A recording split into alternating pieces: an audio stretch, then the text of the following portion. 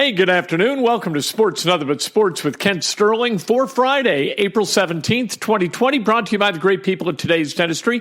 Dr. Mike O'Neill still doing emergency dental work, so if you have a dental emergency, only one number to call, 317-849-2933. Chris Ballard, GM of the Indianapolis Colts, having his little soiree with the media via Zoom, talking about what they might do in the NFL draft. What did he say about finding the quarterback of the future this year? He said it might be this year, it could be next year, it could be in 2 years. They are not going to force this kind of thing. What's that mean? It means they don't know what's going to happen in the draft ahead of them, right? They don't plan on trading up necessarily to go get their guy, or don't know if they're going to be able to. Is it going to be a guy like Jalen Hurts? It could be. Is it going to be a guy like Jordan Love? Some people have Love falling all the way to 34, and then Michael Pittman going 44. If you can get Love and Pittman, that's a hell of a haul for the Indianapolis Colts. But he's not going to tip his hand. Ballard isn't. He spoke about the depth of wide receiver in this draft. The Colts, they need to add weapons. You can see the writing on the wall with T.Y. Hilton. T.Y. Hilton came into camp last year absolutely healthy throughout the season. His health declined. You could see his productivity decline. He only played in 10 games. Paris Campbell, a bunch of different injuries. Hopefully he can come back this year and be healthy. He's really got Zach Pascal as the one guy you feel like you can count on at the wide receiver position. They did not spend, or they shouldn't have spent, $25 million on Phillip Rivers if that is the weaponry that he's going to have to throw to. If it's Hilton, Campbell, and Pascal, the Colts are going to have trouble scoring 10 points a game. They got to go get guys. You've got to have weapons, or what the hell's the difference who you got at quarterback, right? What are they going to do with Brissett? I think Brissett is likely a goner. I don't think that you're going to put Brissett in the locker room with Phillip Rivers. I don't think that you're going to do that. I think that they're going to find a young guy. They got Chad Kelly on the roster as perhaps a backup, and then a third guy, a guy like Jalen Hurts, who they can look to build next year and learn from a guy like Phillip Rivers. I think that tack makes the most sense. But whatever Chris Ballard does, I think it's going to be from a logical place. And it's unfair of me or anybody else to evaluate Chris Ballard through the lens of what he's done this offseason, because this offseason isn't over. It's easy to look at signing Phillip Rivers and saying, what the hell are you doing? The guy, over the last 10 years, has a record as a starter for the Chargers of 77-83. Last year, he was 5-11. Okay? 5-11. That's 2 games behind where the Colts were last year with Jacoby Brissett as the starter. You can look at that in a vacuum and say, what the hell are you doing? But let's see what happens draft night and what happens moving forward. Let's see what Chris Ballard has in mind at the quarterback position.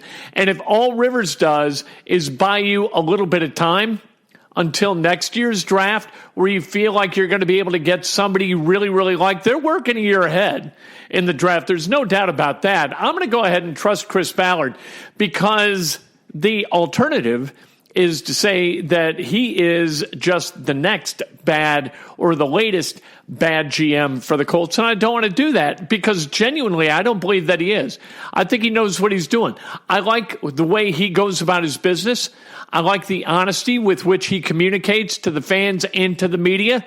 And I think that the boxes that he wants to see checked by people he brings into that locker room, I think that those are the boxes that cause championships to be won. But there is no question that what he's got to be better at is building the top end of the roster. His best players right now are a left guard and an outside linebacker. And if that's the case, you got a problem, and you're going to have a problem winning a championship. If you've got a quarterback who falls outside the top 15 in the NFL, you have almost no chance to win a championship at all. And that's where they are right now. Phillip Rivers is not currently one of the top 15 quarterbacks in the NFL. Neither is Jacoby Brissett. The WNBA draft is tonight. Lauren Cox from Baylor is the odds-on favorite to be the 3rd overall pick for the Indiana Fever.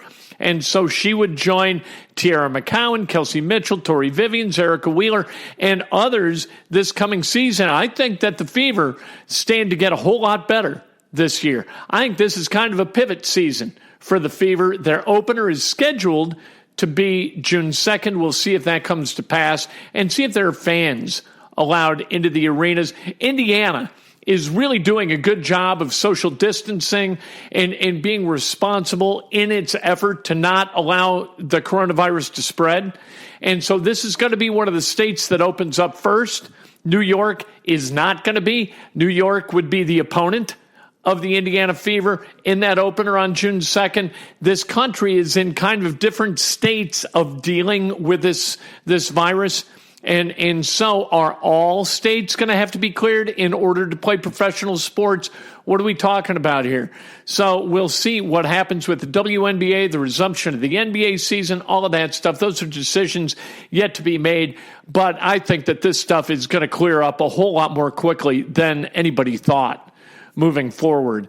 Yesterday, we heard the good news from President Trump and his council of elders, kind of Dr. Birx, Dr. Fauci, Mike Pence, and saw the plans, the three-stage plans for opening up the economy and allowing our lives to become as normal as they can be prior to a vaccine or more increased testing for antibodies and all that. I don't want to get lost in the epidemiology world because, look, I don't know much about epidemiology. I don't know any more than you do, right? There is no MD after my name. So what I know about that, it does make me laugh, though, like CNN. I saw on CNN today they had Sean Penn talking to Anderson Cooper about the coronavirus.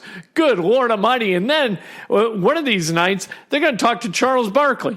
They were promoting Charles Barkley's going to be out to talk about the coronavirus. What are we doing?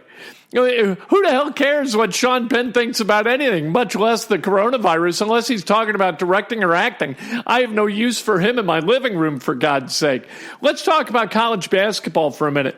Pete Thamel had a piece at Yahoo Sports where he's talking about the bad optics that go along with a guy like Jalen Green, saying, no, I'm not going to college. I'm going straight to the G League developmental program. Isaiah Todd did the same thing. Isaiah Todd decommitted from Michigan in order to enter the G League developmental program. Isaiah Todd is said to be getting about $250,000 if he meets all his bonuses. Jalen Green is being paid at a higher level, likely to net about $500,000 for his role in that program, or for completing that program. I don't think it's a bad thing at all. I've never thought that college basketball was enhanced by virtually forcing people to spend that year between the end of their high school career and the beginning of their pro career in college basketball. I always thought it was silly. Until 2005, until that draft, the NBA allowed teams to draft high school kids. I don't think that college basketball suffered in the least for those guys being a part of the NBA or being a part of professional basketball rather than college basketball. It might not have been necessarily a good thing for them, but I never thought it was a bad thing for college hoops. I think that college hoops is about the name on the front, not the name on the back. Indiana basketball fans are going to watch Indiana University play basketball. University of Kentucky fans are going to watch UK basketball. Purdue fans are going to watch Purdue.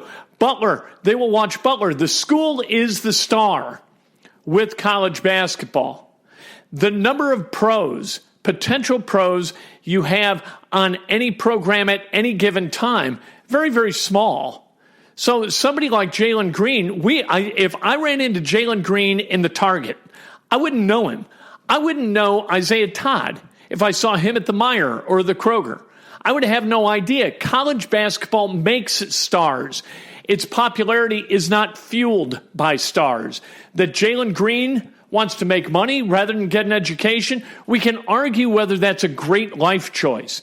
I think college serves a hell of a purpose. I did a lot of growing up when I was in college. I think everybody stands to benefit from the level of maturity that you can gain at a university or at a college. I think it's a smart thing to do with your time. I highly recommend it. I don't see college as some kind of vocational institution where you go in and 4 years later you leave being prepared to make a lot of money. I don't see it that way.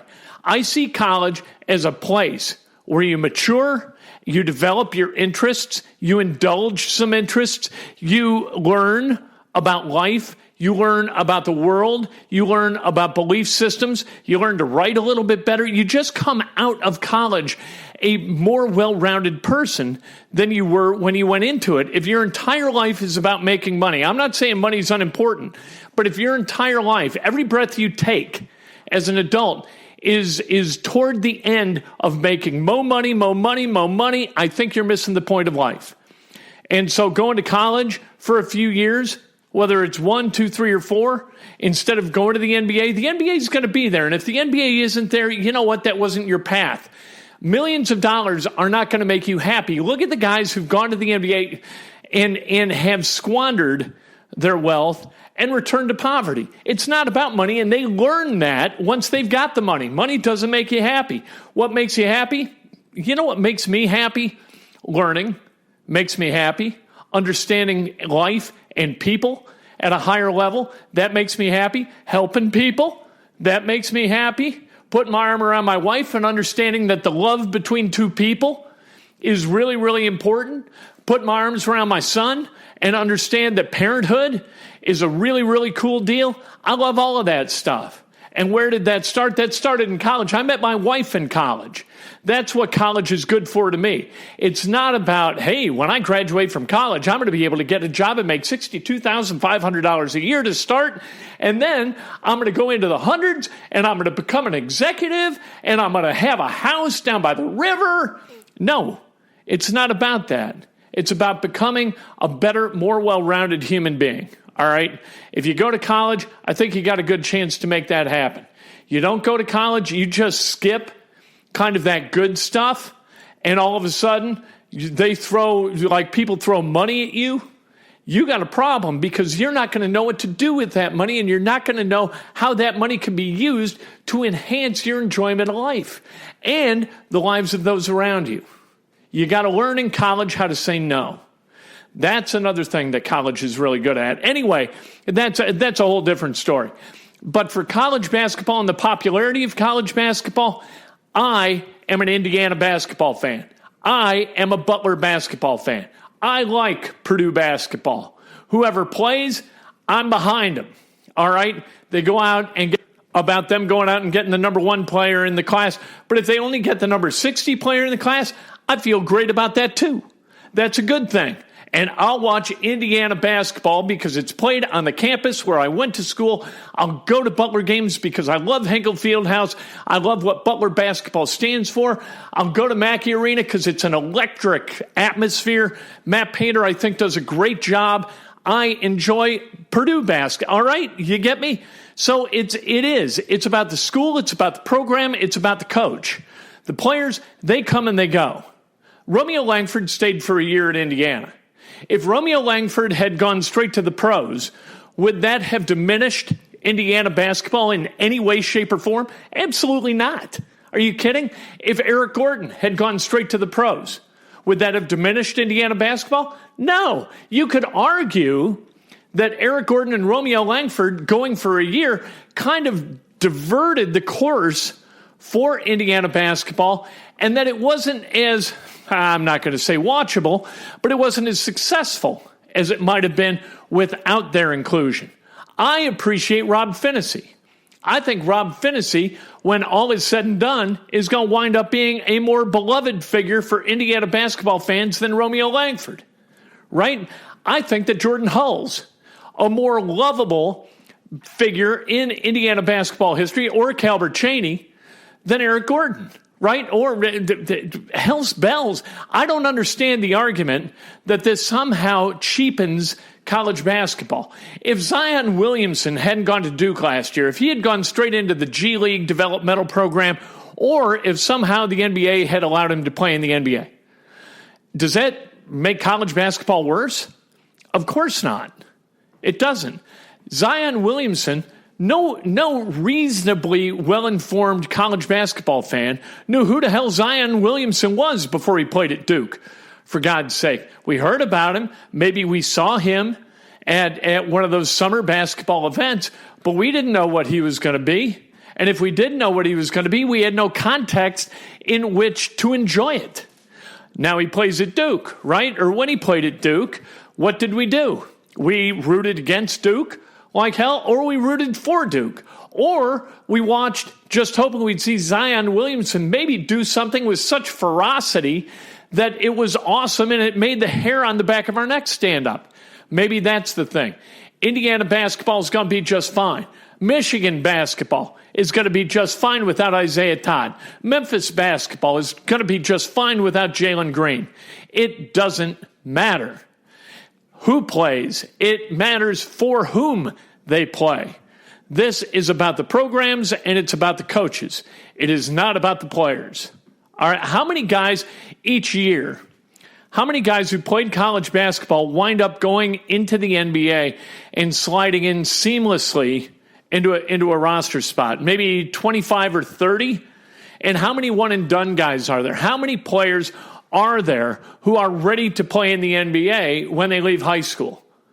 Those guys don't want to play in college. They don't want the college experience. Why the hell do we want to watch them play? All right, they're pros in waiting, right? Let them be pros. Let them make money.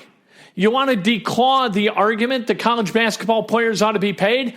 Allow everybody to be paid to go play basketball. And then there's an argument. You're getting an education. And for the vast majority of the players on the 353 Division I programs on their rosters, they're happy with that bargain. They get a free education. They're treated pretty well. They get to travel a bunch. They make great friends. They're kind of in a little cocoon of athleticism, and it's cool, and it's good. You go up to Loyola, where my son played. Nobody's going to the NBA out of Loyola, right? They had a terrific time. Those guys, 3 or 4 of them were in my son's wedding party. They were groomsmen at my son's wedding. He made friends. That's what you get. That's the marrow of the deal. It's not what they put in your wallet. It's what they put in your heart, right? That's college basketball, and that's why we love it, and that's why we'll continue to love it, no matter who jumps to the G League developmental program or to the NBA or anywhere else. College basketball is king. That's sports, nothing but sports. We rounded out the week on a high point, baby. That's what we did. Stay responsible. Don't get ahead of yourself getting together with a whole bunch of people and having a big party. Don't do it. Let's wait a little bit longer, make sure this thing kind of craters, and then let's ease back into our normal lives. How about that? Breakfast with Kent, Monday morning, 8 o'clock on Facebook Live, 8:15 in the morning on Periscope and Twitter, and then immediately after that also on YouTube. And then at about 11:30, I read a chapter out of Oops, The Art of Learning from Mistakes and Adventures. I wrote it today. You can go back and listen to it on Facebook, and you watch it. You actually get to watch me read, which is thrilling. Or on Periscope/Twitter. It's the chapter about me driving Mark Boyle around for a week in an RV as Mark was walking around southern Indiana for about 4 weeks back 10 years ago this summer. And that was just absolute hell on earth for me. Not because of Mark, but because driving a 45-foot RV is damn tough. We'll talk to you Monday, brought to you by the great people at Today's Dentistry.